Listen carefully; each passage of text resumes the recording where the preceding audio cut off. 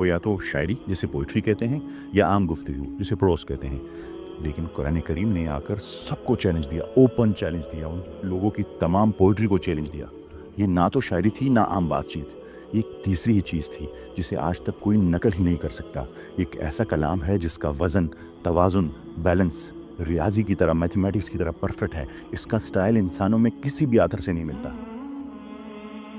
اس کے علاوہ میں آپ کو سمجھاتا ہوں اس کی سائیکولوجیکل امپاسبلٹی. اس کو سمجھنے کے لیے ہمیں اس شخص کو دیکھنا ہوگا جس نے یہ ثابت کرنے کی کوشش کی کہ یہ کتاب جھوٹ ہے, اور وہ تھے ڈاکٹر گیری ملر. وہ صرف میتھمیٹکس اور لاجکس کے پروفیسر نہیں تھے, وہ ایک فعال, ایکٹیو کرسچن مشنری بھی تھے جو عیسائیت کو پھیلانا چاہتے تھے. ان کا مقصد واضح تھا, قرآن کریم میں غلطیاں ڈھونڈو اور مسلمانوں کو عیسائی بناؤ. وہ ایک انسان کے دماغ کو تلاش کرنے گئے تھے قرآن کریم میں, لیکن انہیں جو ملا اس نے ان کی لاجک کو توڑ مروڑ کر رکھ دیا. ڈاکٹر ملر جانتے تھے کہ جب کوئی انسان اقتدار حاصل کرنے کے لیے کتاب لکھتا ہے تو وہ اپنی انا, اپنی ایگو کو ظاہر کرتا ہے. وہ اپنی جد و جہد, اسٹرگل, اپنی محبتوں اور اپنے درد کا ذکر کرتا ہے. لیکن قرآن میں انسانی انا کی خوفناک حد تک کمی ہے. نبی کریم صلی اللہ علیہ وآلہ وسلم کی زندگی کی محبت حضرت خدیجہ رضی اللہ تعالیٰ عنہ کے بارے میں سوچیں. وہ وہی تھی جنہوں نے مشکل ترین وقت میں ان کا ساتھ دیا. اگر آپ اپنی زندگی کی کتاب لکھتے تو کیا آپ اس شخص کا ذکر نہیں کرتے جس نے جو سخت ترین وقت تھا اس میں آپ کا ساتھ دیا؟ پھر بھی قرآن کریم میں ایک بار بھی ان کا نام نہیں آیا. ایک باپ کے درد کے بارے میں سوچیں. نبی کریم صلی اللہ علیہ وآلہ وسلم کو اپنے بیٹوں کو دفنانا پڑا. انہوں نے اپنے ہاتھوں سے اپنے بچوں کو مٹی کے سپرد کیا, لیکن قرآن ان کے ذاتی المیہ پر خاموش ہے. اس کتاب کا مصنف حضرت محمد صلی اللہ علیہ وآلہ وسلم کے غم کا ذکر نہیں کرتا, صرف انسانیت کی رہنمائی کے میسج کا ذکر کرتا ہے. ڈاکٹر ملر حیران رہے کہ کس کا ذکر کیا گیا تھا. آپ جانتے ہیں قرآن کریم میں جب انہوں نے پڑھا, قرآن کریم میں حضرت عیسیٰ علیہ السلام کا نام لے کر 25 بار ذکر کیا گیا. اس میں حضرت محمد صلی اللہ علیہ وآلہ وسلم کا ذکر صرف 4 بار ہے.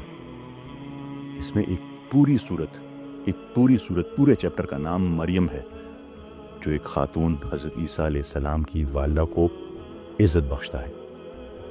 لیکن نبی کریم صلی اللہ علیہ وآلہ وسلم کی اپنی والدہ یا زوجہ یا بیٹی کے نام پر کوئی صورت نہیں.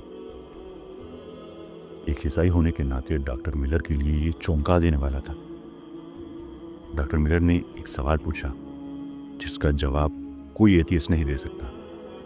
اگر یہ کتاب خود کو بادشاہ بنانے کے لیے لکھی ہوتی تو پھر اس کتاب میں نبی کریم صلی اللہ علیہ وآلہ وسلم نے اپنی ذات سے زیادہ مرتبہ حضرت عیسیٰ علیہ السلام کا ذکر کیوں کیا؟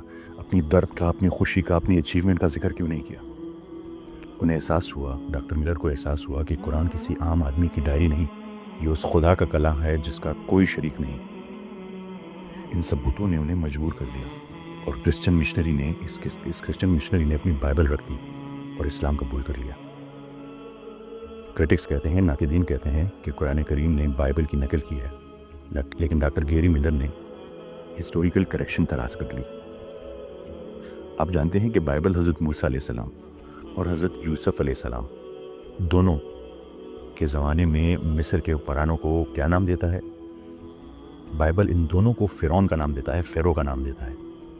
قرآن کریم حضرت موسیٰ علیہ السلام کے لیے ان کے دور میں جو حکمران تھا اس کے لیے فیرو کا نام یعنی فرعون کہتا ہے, لیکن حضرت یوسف علیہ السلام ان کے دور کے بادشاہ کے لیے کیا نام استعمال کرتا ہے, کیا ٹائٹل؟ کنگ, الملک, بادشاہ کا استعمال کرتا ہے. یہ فرق ہے کیوں ہے بائبل سے؟ آپ کو پتہ ہے جو ٹیبلٹس ملے تھے روزیٹا اسٹون کی طرف کی دریافت جب ہوئی تھی, اس سے پتہ چلا کہ حضرت یوسف علیہ السلام کا جو دور تھا اس کے زمانے میں ایک ڈائنیسٹی تھی جسے ہکسوس ڈائنیسٹی کہتے ہیں. اس دور میں فرعون کی اصطلاح موجود ہی نہیں تھی, فرعون کی اصطلاح ہوتی ہی نہیں تھی. بائبل غلط ہے یہاں پہ. قرآن کریم نے ایک ایسی تاریخی غلطی کی اصطلاح کی جس کے بارے میں 3000 سال تک کوئی انسانی اسکالر جانتا ہی نہیں تھا. اور اس اقبال صاحب, موجے صرف آسمانوں میں نہیں ہوتے, زمین پر انسانوں کے درمیان بھی موزے ہوتے ہیں. اس کتاب نے انسانیت, اخلاقیات یعنی موریلٹی اور انصاف جسٹس کا ایک ایسا بلند معیار قائم کیا جسے آج کی ماڈرن دنیا بھی تسلیم کرنے پر مجبور ہے۔ کیسے؟ آج بھی دنیا کے بہترین تعلیمی ادارے ہارورڈ لا اسکول کی لائبریری کے داخلی راستے پر قرآن کریم کی سورہ نساء کی آیت نمبر 135 کو دنیا میں انصاف کی عظیم ترین مثالوں میں سے ایک قرار دے کر آویزہ کر دیا گیا ہے ہارورڈ لا اسکول کی دیوار پہ۔ کیوں؟ کیونکہ یہ کتاب کہتی ہے انصاف پر سختی سے قائم رہو، گواہ بن کر اللہ کے لیے، چاہے وہ تمہارے اپنے نفس کے خلاف ہو یا تمہارے والدین اور رشتہ داروں کے خلاف۔ یہ وہ یونیورسل جسٹس تھا جس نے عرب کے اجڑ بدوؤں کو دنیا کا تہذیبی لیڈر بنا دیا۔ یہ کتاب صرف ستاروں کا راستہ نہیں بتاتی، یہ انسان کو انسان بننے کا راستہ دکھاتی ہے۔ اقبال صاحب، اس کتاب میں سائنٹیفک، لٹریری، میتھمیٹکس کے اتنے میریکلز ہیں جسے آپ کاؤنٹ بھی نہیں کر سکتے، کاؤنٹلیس میریکلز ہیں۔ میں نے خود غور و فکر کے نام سے ایک سیریز شروع کی ہے، اور سچ کہوں میں نے جو ابھی تک 48 قسطیں جو میں ریکارڈ کر چکا ہوں اس میں کاسمولوجی سے نہیں نکل پایا۔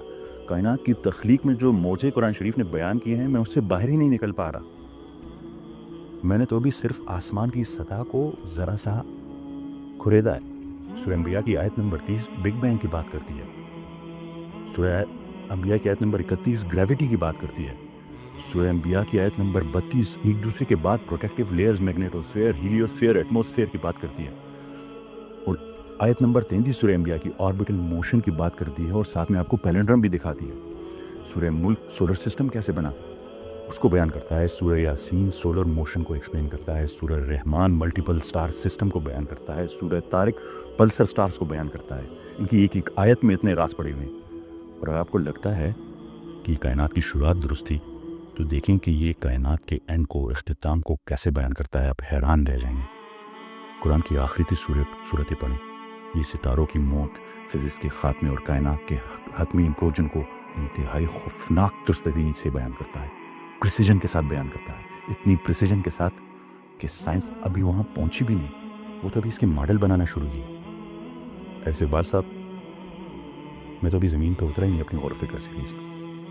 میں نے تو ابھی ہماری اپنی بایولوجی میں، ایمبریولوجی میں، جیولوجی میں، فزکس میں، میتھمیٹکس میں، لٹریچر میں موجود قرآن کریم کے جو میریکلز ہیں اسے چھوا تک نہیں ہے۔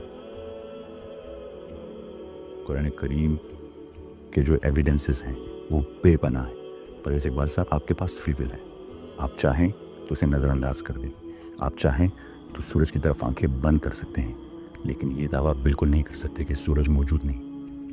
قرآن کریم کہتا ہے کہ حق آ گیا اور باطل مٹ گیا، بے شک باطل مٹ جانے والا ہے۔ اللہ از دا گریٹسٹ۔ آپ سب کی سماعتوں کا بہت شکریہ۔ اس ویڈیو کو اتنا شیئر کریں کہ صرف فیض اقبال نہیں بلکہ ہر اس مسلمان جس کے دل میں شک ہے اس تک یہ پہنچ سکے۔ اللہ حافظ۔